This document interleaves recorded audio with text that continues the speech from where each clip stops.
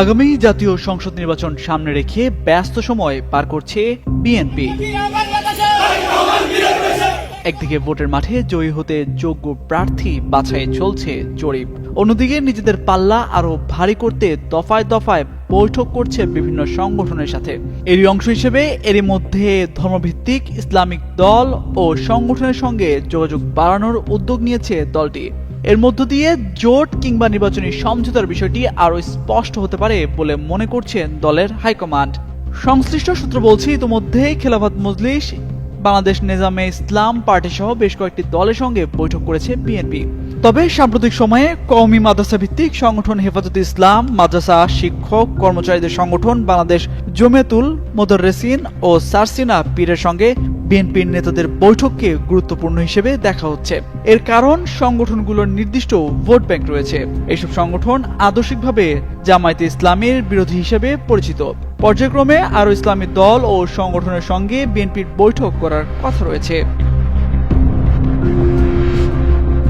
যদিও বিএনপির নেতাদের দাবি, এসব বৈঠকের সঙ্গে কোনো রাজনৈতিক উদ্দেশ্য নেই।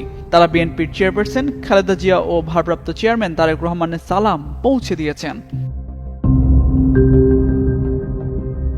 রাজনৈতিক পর্যবেক্ষক মহল বলছে, আগামী জাতীয় নির্বাচন সামনে রেখে বিএনপি দেশের আলেম ওলামা, ইসলামী দল ও সংগঠনগুলোর সঙ্গে অধিকতর যোগাযোগ ও সম্পর্ক উন্নয়ন এবং আলেম সমাজের জোরালো সমর্থন লাভের লক্ষ্য নিয়ে অগ্রসর হচ্ছে।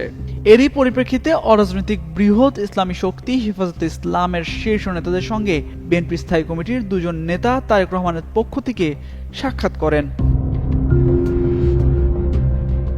জানতে চাইলে বিএনপি স্থায়ী কমিটির সদস্য সালাউদ্দিন আহমেদ জানান, রাজনৈতিক অরাজনৈতিক ইসলামপন্থী সব মানুষের সঙ্গে কথা বলেছেন তারা। হেফাজতে ইসলাম বাংলাদেশের আমিরের সঙ্গেও দেখা করেছেন। এছাড়া ঐক্যবদ্ধভাবে দেশ পরিচালনার লক্ষ্য হিসেবে সারসিনা পীর ও আলিয়া মাদ্রাসা ধারার দায়িত্বরতদের সাথে দেখা করার কথাও জানান বিএনপির এই নেতা। বিএনপির নেতাদের মতে, যুগপৎ আন্দোলনের মিত্র রাজনৈতিক দলগুলোকে সঙ্গে নিয়ে নির্বাচনী পথ পাড়ি দিতে চায় দলটি। তাই মিত্রদের সঙ্গে বৈঠকের পর জাতীয় নাগরিক পার্টি সহ ইসলামপন্থী ও বামপন্থী রাজনৈতিক দলকেও তাদের নির্বাচনী প্রক্রিয়ার অন্তর্ভুক্ত করার কথা ভাবছে দলের হাইকমান্ড। তবে এই প্রক্রিয়ায় বাংলাদেশ জামায়াত ইসলামীকে রাখার বিষয়ে এখন পর্যন্ত কোনো ভাবনা নেই তাদের।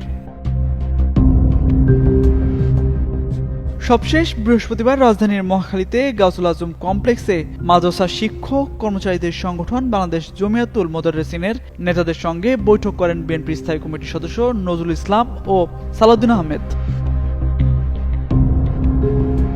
তামজিদ মির্জা, যুগান্তর নিউজ।